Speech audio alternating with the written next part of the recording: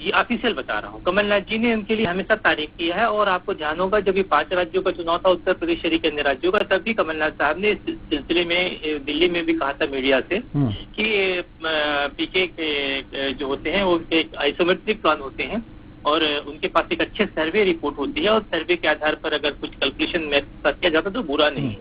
तो कमलनाथ पीके साहब पे आपने यूपी चुनाव 2017 में भरोसा जताया था, यूपी के 2 लड़के, क्या हुआ था?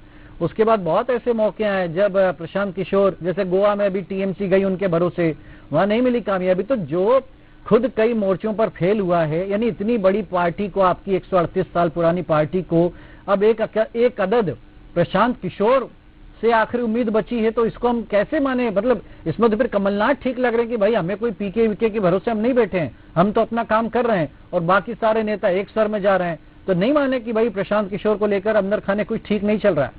दीपेश साहब, शायद इस चीज को मुझे बार बार याद दिलाना नहीं चाहिए। भारतीय जनता पार्टी की 2018 के 14 से जब भी बात करिए, जो चाय पे चर्चा की शुरुआत हुई थी वो पीके का कॉन्सेप्ट था, ठीक है ना?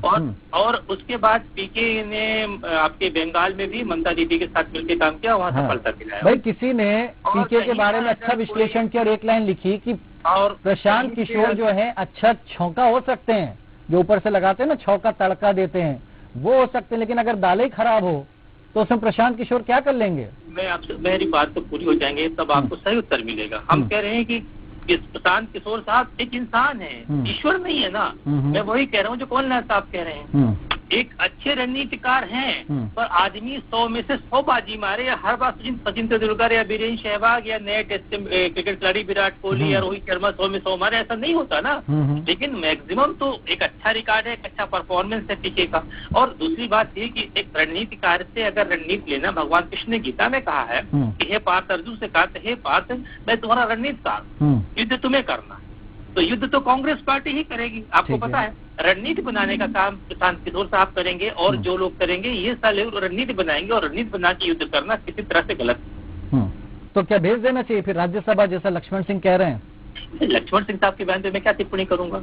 लक्ष्मण सिंह जी का अपना अभिमत है, लेकिन अगर हमारी पार्टी के वरिष्ठ नेता चाहेंगे ये निर्णय मैडम वो करना, किसको राज्यसभा भेजना है, किसको लोकसभा की टिकट देना है, किसको विधानसभा लड़ना है, ये मैडम तय करेंगे। चलिए, तो ये मैं दूसरे राउंड में जब आपसे पूछूंगा कि आपकी तैयारियां एक तरफ और एक तरफ बीजेपी की तैयारियां, उस पर मैं कमेंट लूंगा। लेकिन राजेश जी का कमेंट पहले। तो राजेश जी, ये जो आदिवासी वर्ग के विधायकों को डिनर पर बुलाना, कोई डिप्लोमेसी टाइप से आप कुछ देखते हैं या फिर नहीं, ये जो बीजेपी करती जो स्टाइल है बीजेपी की, उसी का एक हिस्सा है? देखिए, बीजेपी को बहुत अच्छे से समझ में आ गया है कि 18 में जो कहाँ गलती हुई है, बीजेपी ने अपना, क्योंकि बीजेपी के पास बहुत सारे पीके हैं, आपको ये बता दें, तो इतने सारे उनका एनालिसिस यही है कि ट्राइबल वोट के कारण ही गड़बड़ हुई है जो पिछली बार मेन गड़बड़। अगर अब उसमें जो आवाज थोड़ी सी इसलिए डिस्टर्ब हुई, शायद फैन या कूलर शायद ऑन है। अच्छा जी जी, ये अब आ रही है? जी जी, हाँ, ये तो एक छोटी सी बात है। अब आपको सुनिए, कल से एक नई चीज शुरू हुई है। जनजाति विकास मंच ने एक नया काम शुरू किया है, वो है डी लिस्टिंग का, यानी कि जो आदिवासी लोग ईसाई बन गए हैं उनको आदिवासी का, एसटी का कोई फायदा ना दिया जाए और एसटी के उससे बाहर किया जाए, इससे बाहर किया जाए। कल पहली रैली धार में हुई है, 20,000 लोग थे उस रैली में, जो 26-27 को अलीराजपुर और झाबुआ में होंगे, उसमें 50,000 लोगों की उम्मीद है एक रैली में, और 1 तारीख को रतलाम में होगी सेम रैली। इस रैली का मतलब ये, आप लोग कहेंगे कि क्या फर्क पड़ता है, लेकिन ये सीधा सा गणित है, ये एनालिसिस है, ग्राउंड रिपोर्ट है कि जो लोग कन्वर्ट हो गए हैं वो बीजेपी को वोट नहीं देते हैं, वो कांग्रेस को वोट देते हैं। ठीक बात। तो अब आप देखिए कि कितना बड़ा मूवमेंट है, वो 20,000 लोग इकट्ठे होना, सब 42 डिग्री था धार में, और वहाँ पर 20,000 लोग इकट्ठा होना ये कोई छोटी बात नहीं है, एक बात। दूसरी बात ये है कि कांग्रेस का पीके पर इतना ज्यादा डिपेंडेंट होना ये सही नहीं है, और इसमें क्या होगा, आज भी जो कल पीके की वजह से उसमें उनके जो मनमुटाव शुरू होंगे और बहुत सारी नई समस्याएं आ सकती हैं। लेकिन जैसा वो कर रहे हैं, बीजेपी कर रही है, वैसे कांग्रेस भी एक अच्छा काम कर रहा है, अपने हिसाब से कर रही है अच्छा काम। डॉक्टर हीरालाल अलावा जो है उनकी 2 तारीख को शादी है, उसमें प्रियंका गांधी का आने का तय हो गया है, ऐसा पता चला है। वहीं से अलावा के यहाँ से पता चला है कि प्रियंका आ रही है वहाँ पे 2 तारीख को। तो उसका मेन कारण यही है कि जो आदिवासी, जो कि प्रियंका अलावा के जो वोटर्स हैं, अलावा के जो फॉलोअर्स हैं, वो आदिवासी हैं सारे के सारे, तो उन लोगों उनसे मुलाकात हो जाएगी और उनको कहीं ना कहीं उनको अपन ये समझा पाएंगे वो लोग कि हाँ कांग्रेस आपके साथ है। और लेकिन इसमें एक बहुत बड़ी बात ये है पांडे जी को समझने वाली कि हीरालाल अलावा और उनकी पूरी टीम वो जयस को मजबूत करने में लगे, वो आपकी पार्टी को मजबूत करने में नहीं लगे। आप जितना उनको, आप देखिए किसी भी कांग्रेसी कार्यक्रम में ये लोग बुलाते हैं इनको, तो जब हीरालाल अलावा की टीम आती है तो वो अपना पीला गमछा ओढ़ के लेके आते हैं साथ में, वो कांग्रेस का गमछा ओढ़ के नहीं बैठते हैं। आखिरी बात ये है, जहाँ तक ट्राइबल कम्युनिटी का सवाल है, जहाँ तक आदिवासी समाज का सवाल है, तो चाहे बीजेपी और कांग्रेस आज हमको पहली बार देखने में आ रहा है कि दोनों पार्टियां पूरा जोर लगा रही हैं उनको उन तक पहुंचने के लिए, उनके दिलों को समझने के लिए, उनके दिलों को पढ़ने के और उनको उनके दिल अपने दिलों के साथ मिलाने के लिए। तो ये एक बहुत अच्छा साइन है। अभी तक जो पिछले 60-70 सालों में आदिवासियों को सिर्फ वोट बैंक की तरह इस्तेमाल किया गया, कम से कम आदिवासी एक इंसान है, हमारे जैसे ही एक वोट वाले जो आर्टिकल 14-15 की बात है वो दोनों पार्टियों को समझ में आ गई है। ये एक बहुत अच्छी बात है और कहीं ना कहीं इससे आदिवासियों का भला ही होगा और उनका सही उत्थान अब हो पाएगा, क्योंकि वो मेन स्ट्रीम पॉलिटिक्स में और वो गेम चेंजर बन रहे हैं आदिवासी, चाहे मध्य प्रदेश हो या फिर झारखंड हो या फिर छत्तीसगढ़ हो, यहाँ पे गेम चेंजर सिर्फ आदिवासी। तो गुलरेज जी देखिए, दो सवाल। एक तो कांग्रेस भी कोई कसर नहीं छोड़ रही है आदिवासियों को अपने साथ लाने के लिए। उन्होंने बताया कि अलावा जी की शादी में आ सकती है प्रियंका गांधी। और एक और बात, अमित शाह के हालिया दौरे की रिपोर्ट भी, ऐसा सूत्रों ने बताया कि कमलनाथ ने उस पर डिस्कस किया है, सोनिया गांधी को रिपोर्ट दी है कि अमित शाह क्यों आए थे, किस लिए आए थे, वनवासियों के लिए कितना बड़ा सम्मेलन हुआ, उसका क्या इम्पैक्ट पड़ेगा। तो वो भी पीछे नहीं है। दूसरा जो राजेश जी ने मुद्दा उठाया, बहुत ज्वलंत मुद्दा मध्य प्रदेश के लिहाज से, आदिवासी वर्ग अब मांग कर रहा है आपसे, अगर आप सच्चे हितैषी हैं तो क्या काम कर पाएंगे डीलिस्टिंग का, कि जो आदिवासी मुसलमान बन गए, ईसाई बन गए, धर्मांतरण करा लिया, अब वो फायदा भी एसटी वर्ग का उठा रहे हैं। वो कह रहे हैं कि भाई इनको बाहर करो, हमारा मूल हक जो है वो हमें मिलना चाहिए। तो क्या आपकी पार्टी कहेंगे कि हाँ साहब डीलिस्टिंग होना चाहिए, हम ऐसे लोगों को बाहर करेंगे आरक्षण के दायरे से? गुलरेज जी, डीलिस्टिंग के विषय में सबसे पहले तो हमारे ही कार्यकर्ता बात करते रहे हैं और डेफिनेटली इसके ऊपर पार्टी में भी व्यापक चर्चा चल रही है। मुझे लगता है कि बहुत सकारात्मक परिणाम उसके सामने आएंगे और कांग्रेस फिर हाथ मिलती रह जाएगी। लेकिन जहां तक बात है कि नहीं, ये इतनी जल्दी टाली मत, स्किप कर गया। मैं पूछ रहा हूँ कि क्या गलत नहीं हो रहा है आदिवासियों के साथ में वाकई में, कि कोई कहीं धर्म में चला गया, फायदा साहब एसटी के नाम से उठा रहे हैं? आपको नहीं लगता कि गलत हो रहा है आदिवासियों के साथ में, ये दूर होना चाहिए? देखिए, एससी और एसटी जो है वो अभी धर्मांतरण करते हैं तो उनको डेफिनेटली फिर वो सुविधाएं नहीं देना चाहिए, क्योंकि ये कास्ट बेस्ड या ट्राइब बेस्ड या ट्राइबल बिलीफ के साथ कुछ लाभ ले रहे हैं वो, तो डेफिनेटली उसको विड्रॉ होना चाहिए।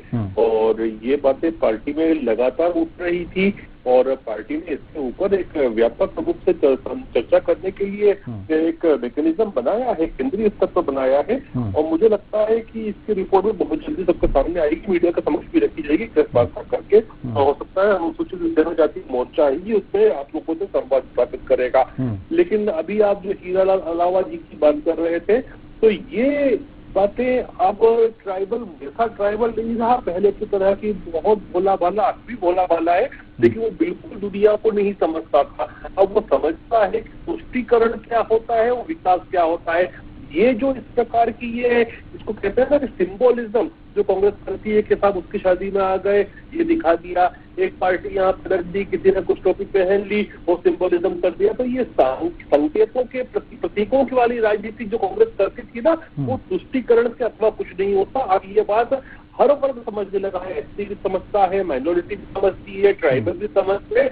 तो ये तुष्टीकरण से इनको फायदा होगा नहीं। संकटों का अथवा समाज के हर वर्ग को विकास की आवश्यकता है और भारतीय जनता पार्टी उसके प्रति प्रतिबद्ध है।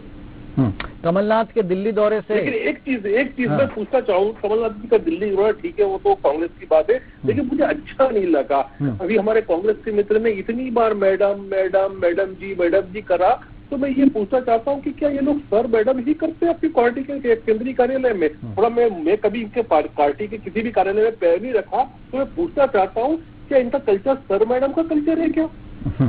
मैं तो कभी भी अमित शाह जी को भी सर नहीं बोला, ना नड्डा जी को बोलता हूँ। हाँ, चलिए, तो खैर अब ये सबकी अपनी अपनी परंपराएं हैं। वह ब्रजेश जी वो कह रहे हैं कि प्रियंका गांधी आएंगी भी तो जयस को मजबूत कर जाएंगी। अब जयस आपके लिए वो भस्मासुर तो नहीं हो जाएंगे साहब कि उस क्षेत्र में कि आप उन्हीं को मजबूत कर रहे हैं। वो जब चाहे आपको आंखें दिखाने लगते अपने पीला गमछा वाला जुलूस निकाल के, रैली निकाल के।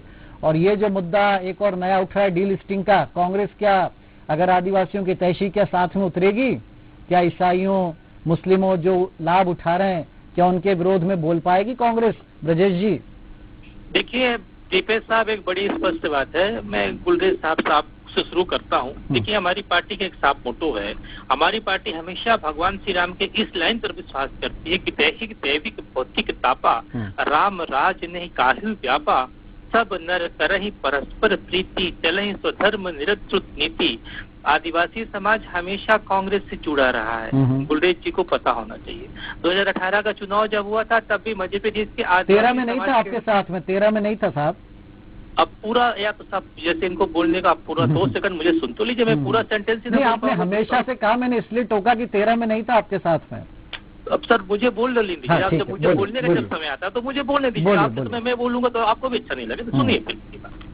देखिए आदिवासी समाज शुरू से कांग्रेस के साथ जुड़ा था। हम आपकी चर्चा कर रहे हैं 1956 से शुरू कर रहे हैं। बीच बीच में आदिवासी समाज जो है अगर कहीं हटा थी तो कुछ दिन को हटने के बाद फिर वो लौट करके कांग्रेस की मूल धारा पे विचारधारा पे अपने को केंद्रित किया। अर्जुन सिंह साहब मध्य प्रदेश के मुख्यमंत्री थे और जौहरी साहब इस बात से इत्तेफाक रखेंगे, जब तेदू पत्ता वाला वो सबसे पहले लाए झोपड़ी झोपड़ी वाला केस लेकर के अर्जुन सिंह साहब आए, एक बत्ती कनेक्शन लेकर के आए, तब मध्य प्रदेश के आदिवासी समाज ने 10% कांग्रेस को वोट किया और कांग्रेस की सरकार बनाई। कांग्रेस की सरकार बनाने के साथ साथ आदिवासी समाज को हमेशा लगा कि हमारे लिए अगर किसी पार्टी ने राष्ट्रीय हित में, देश हित में और हमारे हित में कोई कार्य किया है तो सिर्फ कांग्रेस पार्टी ने किया है। रहा सवाल जो हमारे आदरणीय जौहरी साहब ने कहा कि जैस को मजबूत, हम किसी को क्यों मजबूत करेंगे? हम अपनी पार्टी की पैरवी करेंगे, हम अपनी पार्टी की वकालत करेंगे, हम अपनी पार्टी के अपने कार्यकर्ताओं को मजबूत करेंगे। हमारी पार्टी देश के अंदर लगातार राज्य करी है, सबको पता है, और वो इसलिए राज्य नहीं करी है, उसका उद्देश्य ही है था कि सबका कल्याण, सबका विकास, सबका कल्याण उद्देश्य था। सब समाज को लेकर चलने वाली रही, चाहे वो अल्पसंख्यक समाज रहा हो देश का, चाहे वो हमारा अन्य समाज रहे हो, सबको इस पार्टी ने बढ़ाया है हमेशा। तो इसलिए ये कोई टैग नहीं कह सकता कांग्रेस पार्टी ने कि कोई सांप्रदायिक पार्टी है या किसी सिर्फ एक जाति को लेकर चलती है। और आज जो मध्य प्रदेश की बात करें, उत्तर प्रदेश की बात करें या देश की बात करें, किसी भी राजनीतिक फलक को उठा करके देख ली, कॉन्स्टिट्यूशन को अगर किसी पार्टी ने सबसे अधिक फॉलो अप किया तो कांग्रेस पार्टी ने किया। कॉन्स्टिट्यूशन की धारा 27C का सबसे अधिक वॉलेंस किसी ने किया तो भारतीय जनता पार्टी ने किया है। तो ये लोग तो किसी मुंह से बात कह ही नहीं सकते। और आदिवासी समाज का विश्वास जैसे 2018 में कमलनाथ जी के साथ था। मैं ये कह रहा हूँ, चलिए बहुत लंबा निकल गया आप। मैं कह रहा हूँ जो कमलनाथ जी दिल्ली में मुलाकात कर रहे हैं लगातार, हमें मध्य प्रदेश में कुछ उसका असर दिखेगा भी या केवल बस बैठ के मुलाकात चिंतन मनन ही होता रहेगा?